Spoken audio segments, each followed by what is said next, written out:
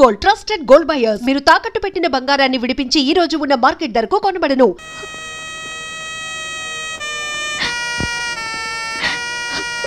నువ్వు మళ్ళీ ఏడుస్తున్నావా? మా ఆయన చూపిస్తామన్నారు, ఇంతవరకు చూపించలేదు. మా అన్నయ్యని వెతికిస్తామన్నారు, ఇంతవరకు లేదు. తను పంపించేయండి, వెళ్ళిపోతాను. ఏడవకమ్మా, నీ కోరికలు తీర్చాలనే మా డిపార్ట్మెంట్ అంతా ఆ పని మీదే ఉన్నారు. సర్లేండి, ఇప్పటికి 1,00,000 సార్లు అన్నారన్నమాట. నేను ఏదో రకంగా ఆ ఇంట్లోకి ప్రవేశించి ఎస్పీ గారు నాతో పాటు బయటికి తీసుకెళ్ళిపోతాను. ఆ అదును చూసుకుని మీరు ఆ ఇంట్లోపలికి వెళ్ళి మా చెల్లెల్ని రక్షించాలి. సరే బాబు.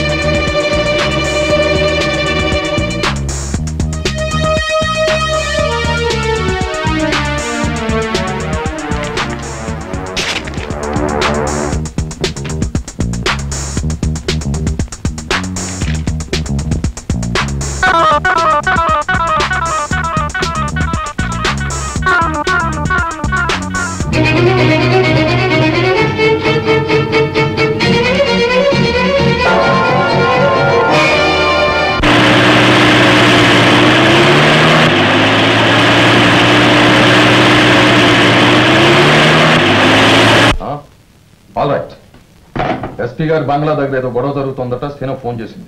కమా.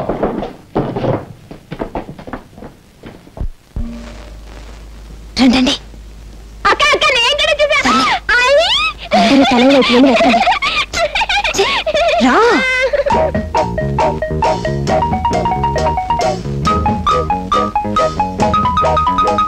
ఏమిటా వెతుకుతున్నావు? ఏమిటి వెతుకుతున్నాను? దొంగ వెధవా, మన చెల్లెలు వెతకడం కదా వచ్చాం.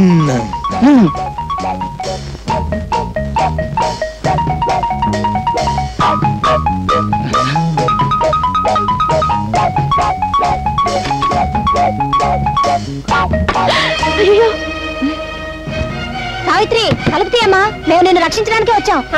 మేమందరం మీ అన్నయ్య గారి భక్తులే. తలుపుతీ. మీ అన్నయ్య గారు ప్లాన్ వేసి ఎస్పీ గారు బయటకు పోయేలా చేశారు.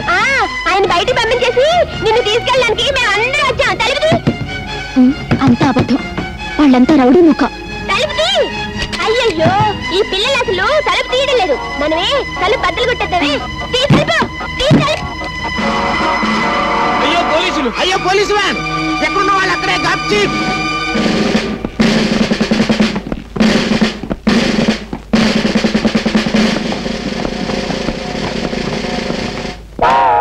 ఎవడ్రా నువ్వు? రౌడీనండి. ఏం చేస్తున్నావు ఇక్కడ? రహస్యంగా దాక్కున్నానండి, కప్పుకున్నాను కూడానండి. వీడిని అరెస్ట్ అయింది. ఎవరు? నన్నండి. మరి ఏంటి? వాడా బొమ్మనుకున్నారా? దెబ్బ తినేశారండి. ఈడు రౌడీయే, ఆంజనేయులు మనడేనండి. రే దించారా, దెబ్బ తినేసావు. ఈ ఇద్దరు విధవలను అరెస్ట్ చేయండి. వ్యాన్ ఎక్కించు. తర్వాత సంగతి నువ్వు చూసేది. చెప్పింది నోరు మూసుకుని మర్యాదగా చెయ్యి. That's all.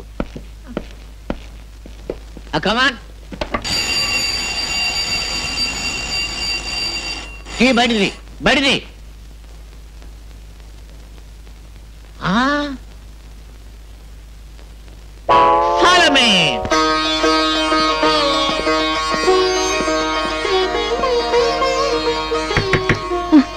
రా బాబు, కాళ్ళకి దండం పెట్టుకో, అక్షంతలు వేస్తాను. కాళ్ళకి దండం కాదు, నువ్వు చేతులకు బేడీలు వేస్తాను.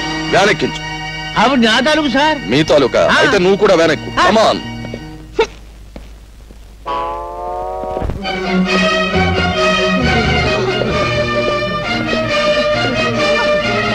ఎవరు వీళ్ళంతా? ఆడవాళ్ళు సార్. పాప ఆల్ విడోస్. అయితే ఇక్కడికి వచ్చి ఏడుస్తారే? ఎక్కడికి వచ్చి ఏడుస్తారు ఎందుకు? ఈవిడ మా అమ్మగారండి. ఎందుకు వచ్చారు ఇక్కడికి? ఆ మాయగాడి కమ్యూనిటీ వాళ్ళు హరికథలు చెప్పి వీళ్ళందరినీ భక్తులుగా మార్చేసాడండి. ఆ భక్తితోనే వీళ్ళు ఇక్కడికి వచ్చారండి. సరే, ఆ పని మీద ఇక్కడికి వచ్చిన వాళ్ళని రూల్ ప్రకారం అరెస్ట్ చేయాలి కదా. Do it. మా అమ్మల్ని మా చేతులతో అరెస్ట్ చేయడం అంటే మాకు చేతులు రావడం లేదండి. చేతులు రాకపోతే ఏదైనా పుచ్చుని వదిలేయండి. కన్న తల్లి దగ్గర చూడు సత్యబాబు, నువ్వు అటు వెళ్ళు, నువ్వు ఇటు రావాయి. ఇప్పుడు సరిగ్గా చూడండి, మీ ఎదురుగా ఉన్నది మీ తల్లులు కాదు కదా? కాదండి. మరి ఏమిటి అరెస్ట్ చేయడానికి అభ్యంతరం? ఏమీ లేదండి. Do it. మీరు కూడా అందరూ పొజిషన్లో మారండి.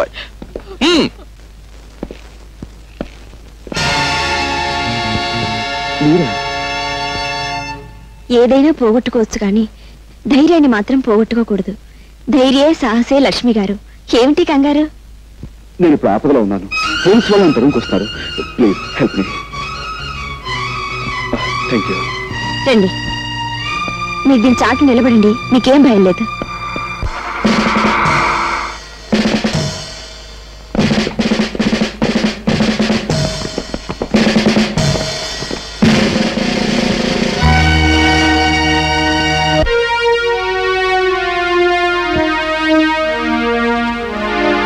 ఇల్లంతా వెతకండి. ఏమిటి నాన్న ఇది? ఈ ఇంట్లోకి ఒకటి ప్రవేశించాడమ్మా. ఇంట్లోకా? నువ్వు లోపల ఎక్కడో ఉండుంటావు. లేదు నాన్న, పని మనిషి ఇప్పటివరకు కిందే ఉంది. ఆ మనిషి వచ్చింది నేను చూశానమ్మా. ఒకవేళ మీరు పొరబడ్డారేమో నాన్న. ఒక విషయం నీకు తెలియదు గనక చెప్తున్నాను. కోర్టులో చెంచల హత్య కేసులో దొంగ సాక్ష్యం చెప్పి మనకి సాయపడినవాడు ఇతనే. సావధానంగా ఆలోచించమ్మా. ఆ రోజు నీ భర్తను రక్షించమని అడిగావు. ఈ రోజు నీ భర్తను రక్షించుకుంటావు లేక వేరెవరి కోసమో ప్రాణదానం చేస్తావు? బాగా ఆలోచించమ్మా. అతన్ని గురించి నీకు తెలియదమ్మా. నిజంగా రక్షణ కావలసి వాడిని ఇంట్లో దూరలేదమ్మా. హత్య జరిగింది ఇక్కడేనని నీకు నాకు తెలియజెప్పటానికే వచ్చాడు. ఈ కేసే తవ్వబడితే నువ్వు లేవు, నేను లేను, ఆఖరికి నీ భర్త కూడా ఉండడు. ఒక్కసారి ఆలోచించమ్మా. అతన్ని మనం పట్టుకోవాలి.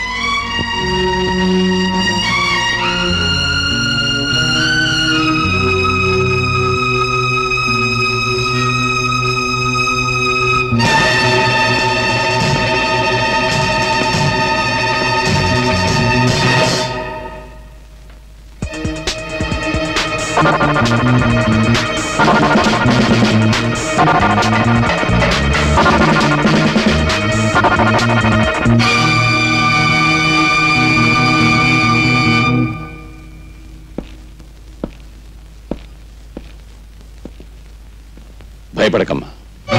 ఆ కుర్రాడి చెల్లెలు నా చేతుల్లో ఉంది. ఆమె కోసమైనా వాడు రాకా మానడు. వచ్చాక నా చేతుల్లోంచి తప్పించుకుని లేడు.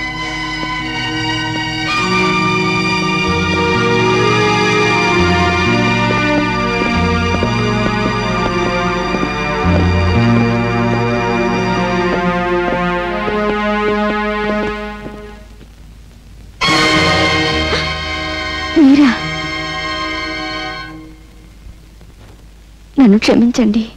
మిమ్మల్ని దాస్తానని చెప్పి. నోను, మీరు చేసిన సహాయానికి కృతజ్ఞతలు చెప్పకుండా వెళ్ళకూడదనుకునే మీ నాన్నగారికి పారిపోయినట్టు భ్రమ కలిగించాను. మీ తండ్రి కూతుల సంభాషణ విన్నాను. పాపం నేను మా చెల్లెల్ని రక్షించుకోవడానికి వెళితే అదును చూసి పట్టుకోవచ్చనే ధీమలో ఉన్నట్టున్నారు. ఫోన్ చేసి చెప్పండి, నేను అందుకే వెళుతున్నాను.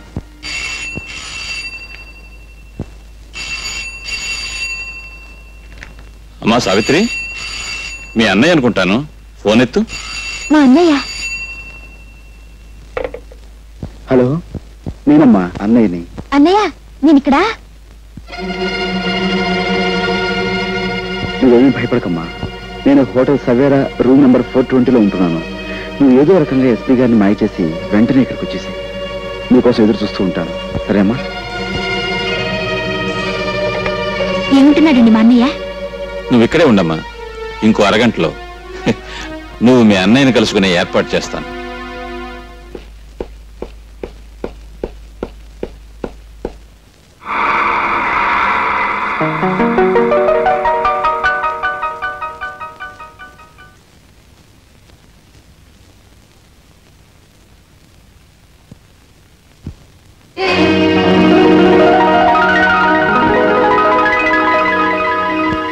అన్నయ్య, అతను మనకి విరోధి. వెళ్ళొద్దు.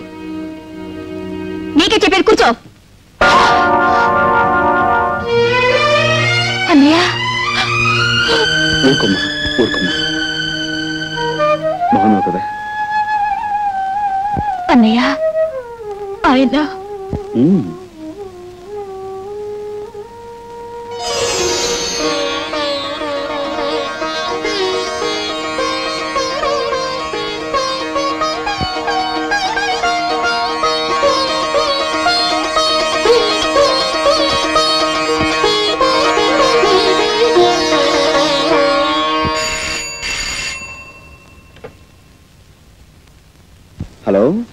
ఎవరు ఎస్పీ గారా? నమస్కారం సార్, రాజాని మాట్లాడుతున్నాను. మీ ఇంట్లో నుంచే మిమ్మల్ని బయటికి పంపించి మీ ఆధీనంలో ఉన్న నా చెల్లెల్ని నేను తీసుకెళ్ళిపోతున్నాను. మీరు ఉద్యోగరీత్యా న్యాయాన్ని రక్షించాల్సిన పెద్ద పోలీస్ ఆఫీసర్. కానీ నిజంగా మీరు న్యాయాన్ని రక్షిస్తున్నారా?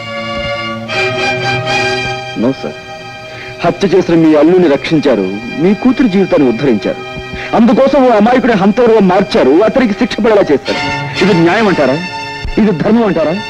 సార్, ఒక్కసారి మీరు వేసుకున్న కాకి బట్టల వంక చూసి ఆలోచించండి సార్.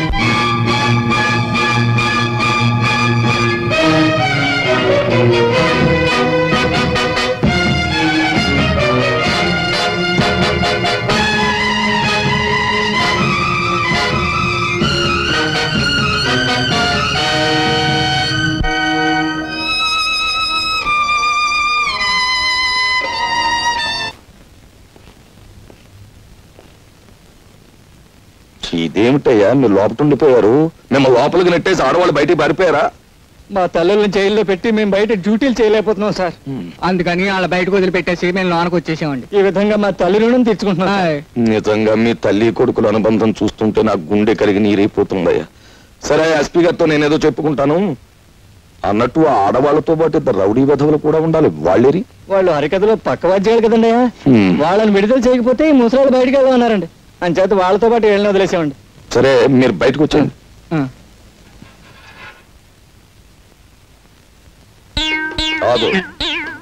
చూసి నువ్వు ఉండిపోయా వీళ్ళతో పాటు లోపల?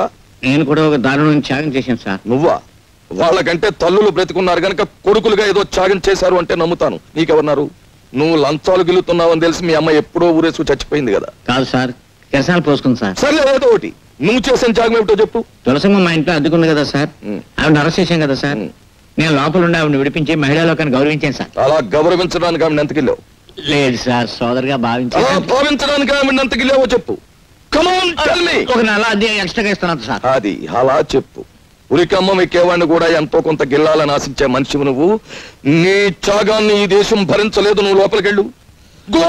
లోపల ఉక్కుపోసేస్తుంది సార్. బండిని తడిచిపోయింది చూడండి సార్. ఫ్యాన్ వేయించి నీ కోసం ఏసీ పట్టిస్తారు.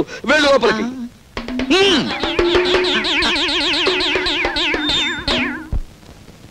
ఏడు కావాలంటే మీ హోటల్లో వేడి వేడిగా ఉన్నాయి, చల్ల చల్లగా ఉన్నాయి, వేడి చల్లగా ఉన్నాయి. అర్జెంట్ గా చెప్పుకో.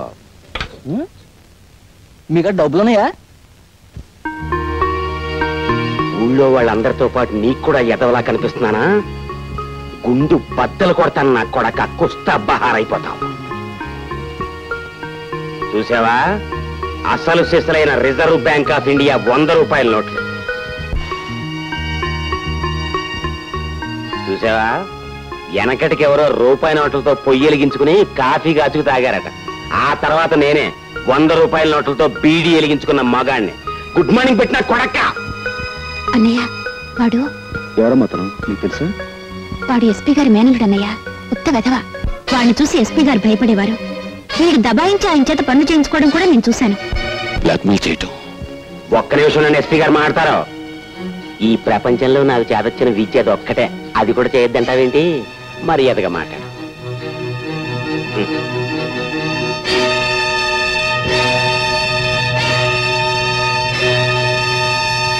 బ్లాక్మెయిల్ వీడే చేస్తున్నాడా లేక వీడితో ఇంకెవరైనా చేయిస్తున్నారా అని మనం తెలుసుకోవాలి. ఎలా? ఆ విషయాలన్నీ నాకు వదిలేయండి. ఇదిగో బాబు, కొద్దిగా అగ్గిపెట్టి.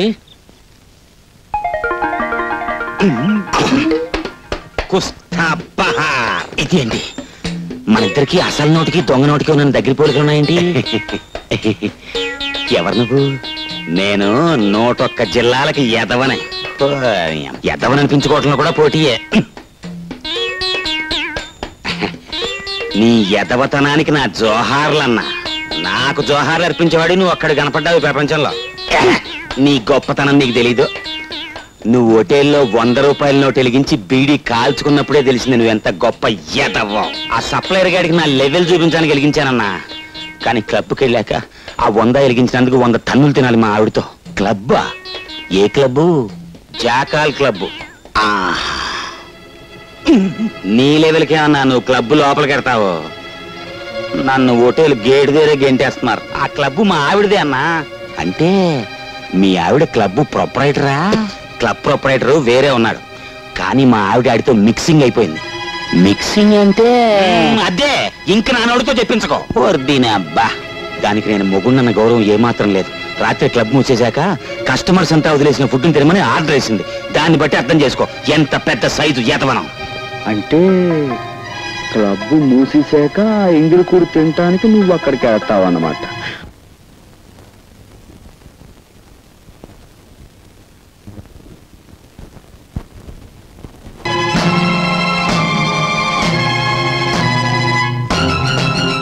నా ఇష్టం వచ్చిన వాడితో ఆడతాను, పాడతాను, మధ్యలో నువ్వెవతివి? నేను ఎవర్నా? నువ్వు కావాలనుకుంటున్న ఆ వెధవకి పెళ్ళాన్ని. పెళ్ళానివా? పెళ్ళం? నువ్వు అతనికి పెళ్ళం, అతను నీకు మొగుడు. అసలు నీలో పెళ్ళానికి ఉండవలసిన లక్షణం ఒక్కటైనా ఉందా? మొగుడు ఎంగిలి పళ్ళాల్లో తింటూ ఉంటే చూస్తూ ఊరుకోవడం పెళ్ళం లక్షణమా? తలకి నూనెలా పెట్టుకోకుండా మాసిన గుడ్డలతో ఊరంతా బికారామల్లా తిరుగుతూ ఉంటే చూస్తూ ఊరుకోవడం పెళ్ళం లక్షణమా? సరే, అతను తప్పు చేశాడే అనుకో, అందుకని బూటు కాలుతో తన్నడం, అది పెళ్ళం లక్షణమేనా? అతను నీ మొగుడు అంటున్నావు కాబట్టి వెళ్ళిపోతున్నాను. నిజంగా జీవితంలో నాకు అతను లాంటి వాడు దొరికితే నీలాగా భ్రష్టురాల్ని కాను. అతనితో హ్యాపీగా జీవితాన్ని పంచుకుంటాను. వస్తా. పెద్ద సావిత్రి వచ్చింది నాకు బుద్ధి చెప్పడానికి. నువ్వా? రాత్రి అంత గొడవ జరిగాక మళ్ళీ నన్నెందుకు పిలుస్తావు? పిలవకి ఏం చేయమంటావు చెప్పు. అసలు రాత్రి నీకు ఎన్నో సంగతులు చెప్పుకోవాలనుకున్నాను, కానీ అది ఇంత మూలాన్ని నోరు మూసుకోవాల్సి వచ్చింది. మరే రాత్రి నీ మాటలన్నీ విన్నాక నేను ఓ మొగుణ్ణి అన్న సంగతి నాకు జ్ఞాపకం వచ్చింది. అది కాకుండా నీకు పెళ్లి కాకపోయినా మొగుణ్ణి ఎట్ట గౌరవించాలో, ఎట్ట లాలించాలో, ఎట్ట బుజ్జగించాలో నీకు తెలిసినంతగా ఇండియాలో ఎవరికి తెలియదు అనిపించింది. అంచేత నువ్వు అంటే మన ఇద్దరం పెళ్లి చేసుకుందాం. నేను అంటే మాత్రం నీ పెళ్ళం ఊరుకుంటుందా? ఇదిగో దాని సంగతి ఎత్తకో, దానికి విడాకులు ఇచ్చేస్తాను నువ్వు అంటే. సరే, నేను అంటాను, మరి మా పెద్దోళ్ళు ఒప్పుకోవద్దు. మీ పెద్ద నొప్పింది ఎంతసేపు? కుస్తా బహార్. నిన్నే పెళ్ళాడాలని నువ్వు పుస్తకం ముందు అనుకుంటుంటే ఇప్పుడు ఈ ఉడతమొహం పెడతనా ఊరుకొని తీసుకొచ్చి పెళ్ళాడతానంటావా? వీడు చంపేస్తాను.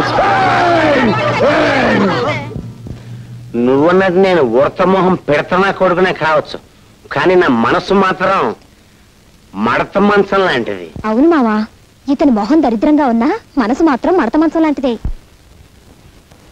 నువ్వు ఇప్పుడు మా అమ్మాయిని పెళ్లి చేసుకుంటే మీ జ్యోతి మా ఇల్లు పీకి పందిరేస్తుందేమో. అది ఇల్లు పీకి పందిరేస్తే ఆ పందిట్లోనే దాన్ని కుక్కలా కట్టేసే బెమ్మ రహస్యం నా గుప్పిట్లా ఉంది. కుస్తా బహార్. ఆ గుప్పిట్లో ఉన్న రహస్యం ఏంటో చెప్పు నాయనా. ఐఎమ్ సారీ, నేను చెప్పను. నువ్వు చెప్పకపోతే మా వాళ్ళు నీకు ఇచ్చి పెళ్లి చేయరంట. నీ గుప్పిట్లో ఉన్న రహస్యం ఏమిటో చెప్పులెవరు?